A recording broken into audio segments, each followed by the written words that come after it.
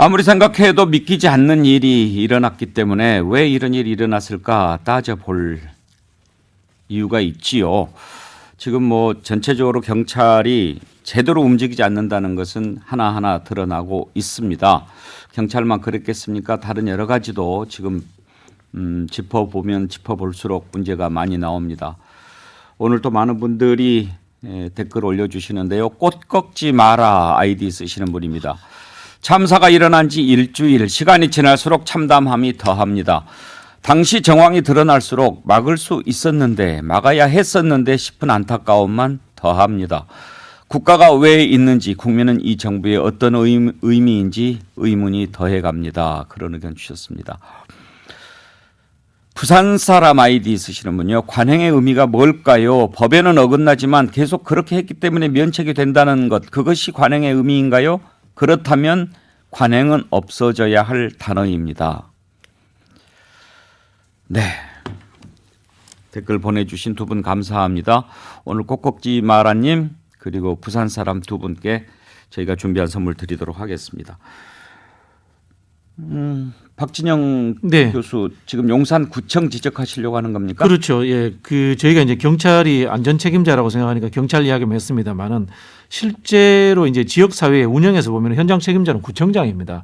우리 예전에 그런 이야기 들어보셨을 겁니다. 관계기관 대책회의. 옛날에는 관계기관 대책회의 하면 경찰서장이 지역의 기관장들을 모아서 했는데요. 요즘은 흔히 하는 관계기관 대책회의라는 것이 민선시대가 되면서 구청장이 뭐 그런 같은 이름으로 하지는 않습니다만 구청장이나 지자체장이 핵심이 돼서 이렇게 소집을 합니다. 그렇기 때문에 안전대책회의라는 것도 구청장이 소집을 해서 했던 거고, 그런데 앞에서 말씀하신 것처럼 구청장이 그런 회의에 참석도 안 했다라는 이야기도 있었고요. 그리고 말씀하신 것처럼 상황이 벌어지면은 경찰이 안 되면 구청에도 직원이 있습니다.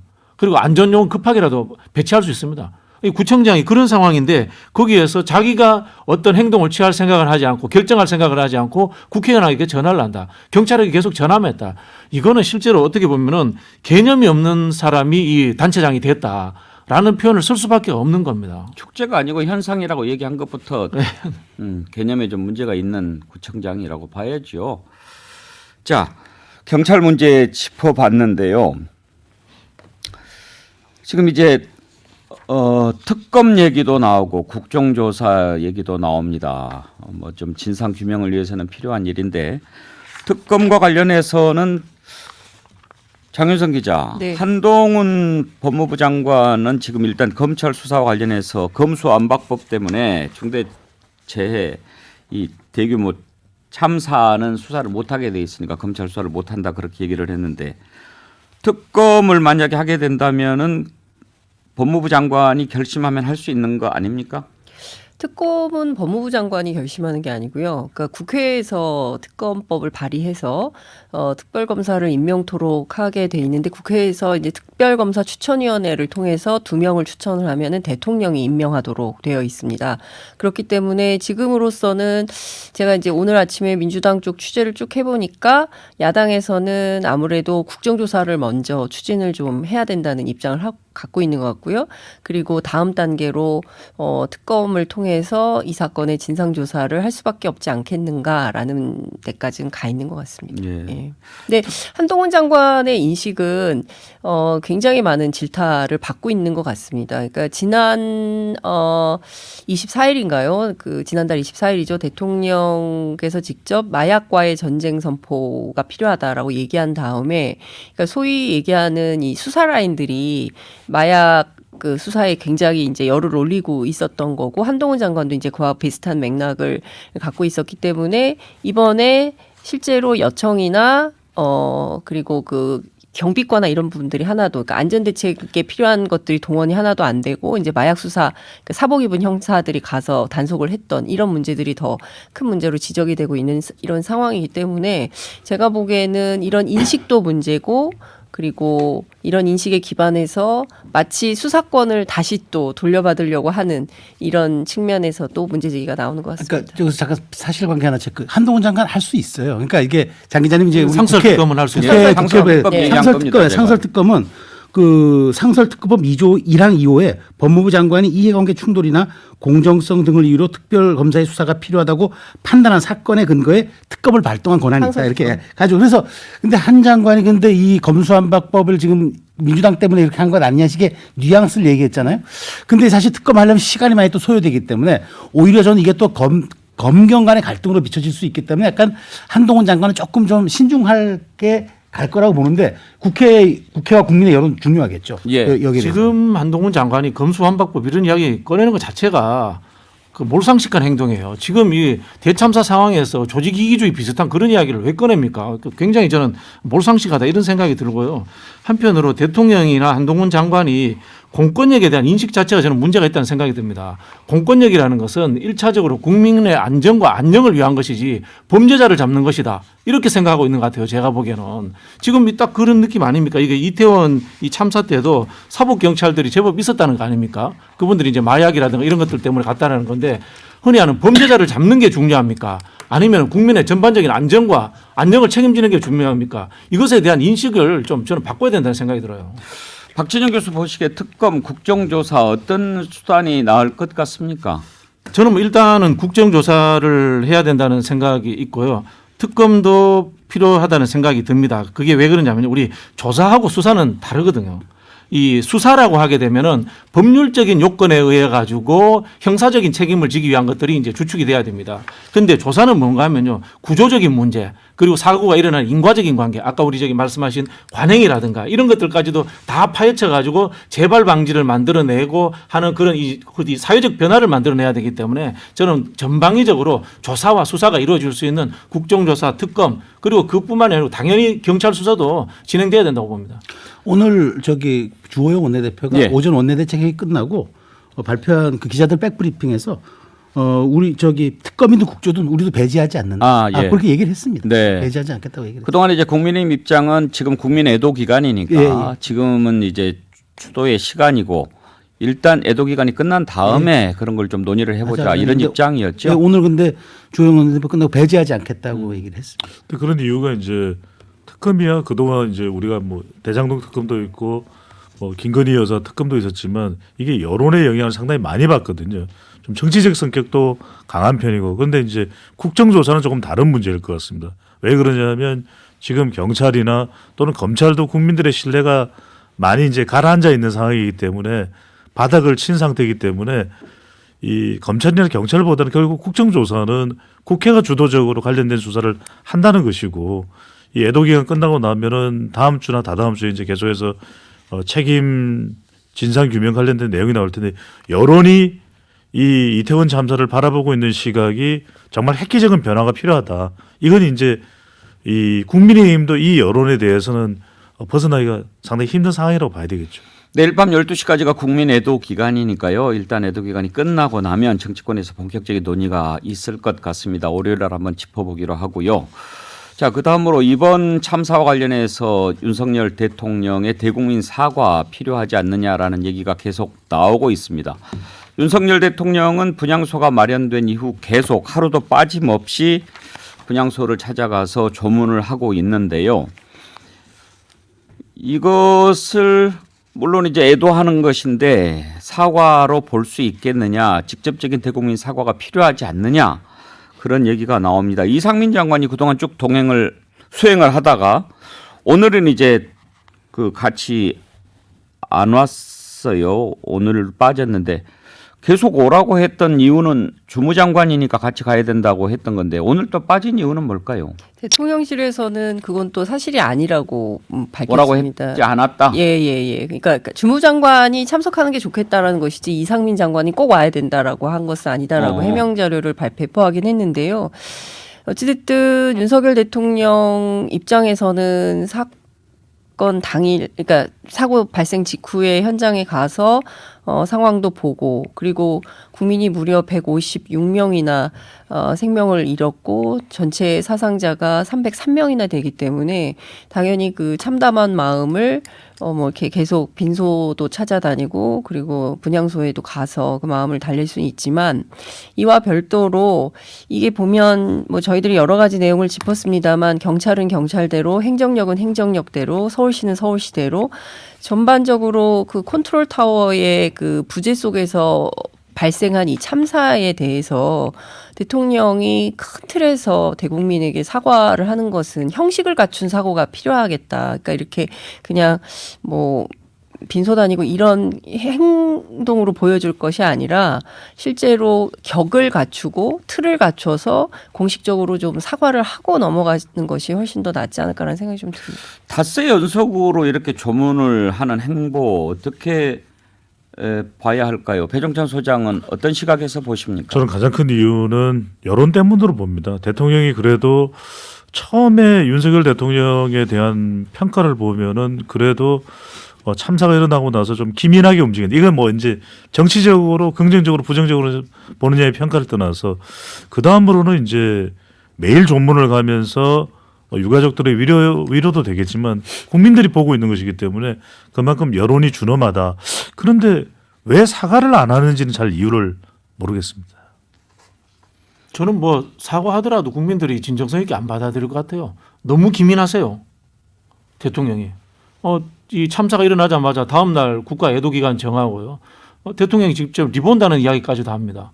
그러면서 지금 이 관제 추모처럼 이런 분위기가 형성되고 지금 대통령과 정부와 하물며 정치권조차도 정말 이 유가족들과 국민의 감정선에 맞는 추모를 하고 있는지 한번 묻고 싶어요.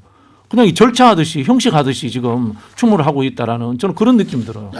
저는 박 교수님 말에 조금 동의하기 어려운 지점은 그럼 기민하지 않으면 기민하지 않았다고 또 지적할 거 아닙니까? 그러니까 기민하게 움직여서 그나마 저는 민심을 위무하고 달래고 그리고 매일 가면서 그러니까 지금 내가 할 수 있는 거는 이것뿐이다. 그때 손수 칼럼에서도 했지만 우리가 지금 여기서 섣부른 위로 어떤 뭐 말로 하는 거 이런 것보다도 오히려 정말 지금 침묵의 시간으로 애도하는 게 그게 난 필요하다고 대통령께서는 그거 했다고 판단하고요. 저는 다만 이제 애도 기간이 이제 내일이면 국가 애도 기간은 정식으로 끝나지 않습니까? 물론 추모와 애도의 마음은 계속 이어지겠지만 이제 어쨌든 제도가 정한 것은 이제 그렇게 사라질 텐데 저는 대통령의 사과 반드시 해야 된다고 봅니다. 그러니까 저는 이렇게 판단하고 있는데요.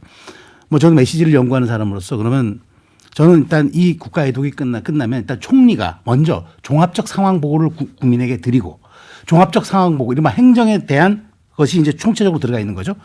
그러니까 국정조사나 진실규명한 수사는 별개로 그다음에 저는 바로 하루 이틀 뒤에서 대통령께서 국민한테 종합적이고 체계적이고 그다음에 최종적으로 저는 인사까지 포함해서 저는 대국민 사과를 발표하는 게 맞다고 봅니다. 그러면서 국민에게 용서를 제가 그 사과의 법칙을 저는 가끔 이제 제가 방송에서 인용하는데 오늘 제가 6가지 법칙 그 메시지 업기 컨설팅 업계는 이게 정설처럼 있습니다. 사과의 법칙이 6개가 있는데 첫 번째 사과가 사과의 앞뒤로 변명을 붙이지 않는 게 좋다. 두 번째가 미안하다고 얘기할 때는 무엇이 미안한지 구체적으로 표현하라. 세 번째 자신의 책임을 인정한다는 뜻으로 내가 잘못했어라고 명확히 표현하라.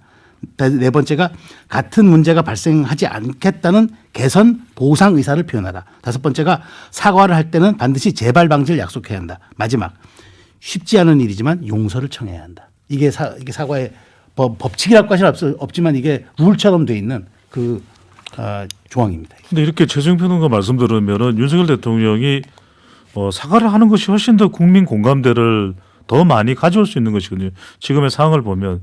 근데 대통령이 그렇게 하지 않는 이유는 뭔가 사과를 하면 안 된다라는 무엇인가가 있는 것 아닌가. 그것이 뭐 검사 출신으로서의 스타일이 됐든 아니면 뭔가 다른 이유가 있든 이것을 참 국민들이 알기는 어렵거든요.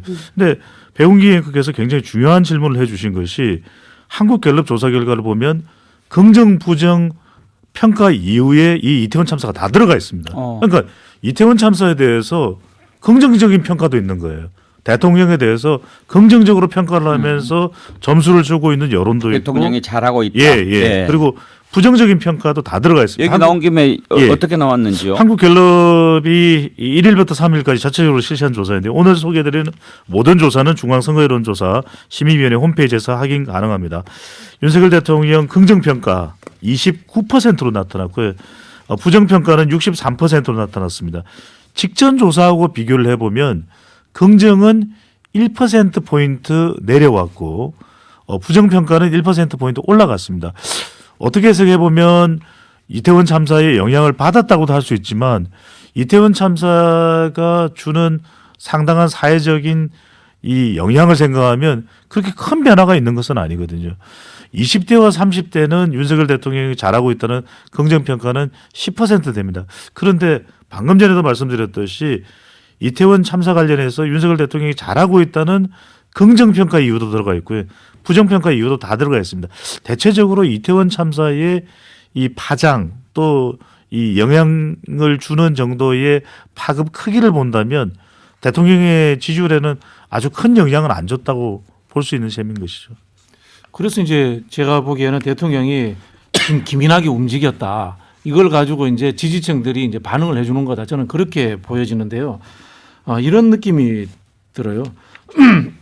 뭐 제가 과한 요구일 수도 있겠지만은 대통령이 유가족들을 안고 한번 울어주는 거 진짜 진정성 있게 이런 거 뭐 제가 과한 게 바라는가요? 근데 이게 한국적 정서 아닌가 이런 생각이 들어요. 그런 생각이 드는데 지금 대통령이 사과한다고 해도 이게 정치적인 절차에 의한 사과 같아요. 사과한다고 정말 유가족들이 위로받을까요?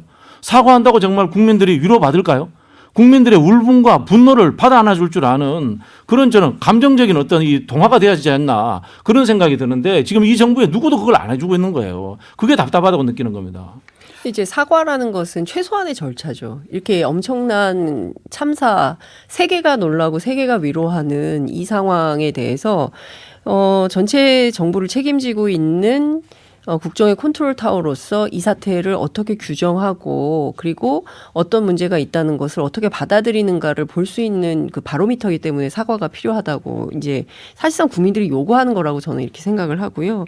그러면 도대체 왜 이렇게 사과를 안 할까라는 거를 이제 기자들이 좀 취재를 했더니 이분들이 전부 법률가들이잖아요. 그러니까 이를테면 이상민 장관은 판사 출신이고 대통령은 검사 출신이고 이러기 때문에 이게 그 경우에 따라서 국가배상 소송이 진행될 수 있기 때문에 미리 사과를 할 경우에는 정부 배상 책임이 커질 수 있다.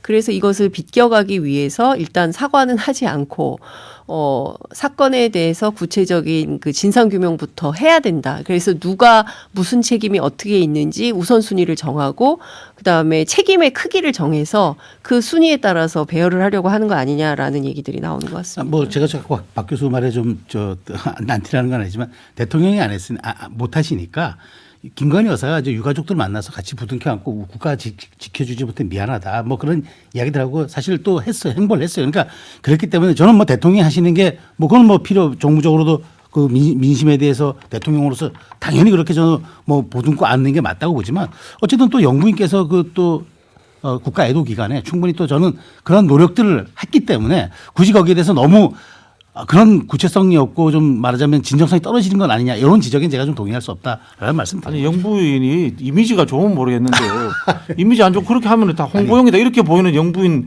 가는 게 무슨 이게 국민들한테 위로가 되겠어요 실제로. 현실적으로 그래도 빈소를 찾고 유가족들 위로했잖아요. 이게 전부 다 형식으로 보이니까 이게 그 굉장히 좀 국민들 보기에 이건 뭐 행정 절차하듯이 이 참사를 다루는구나 이런 느낌이 오는 거예요.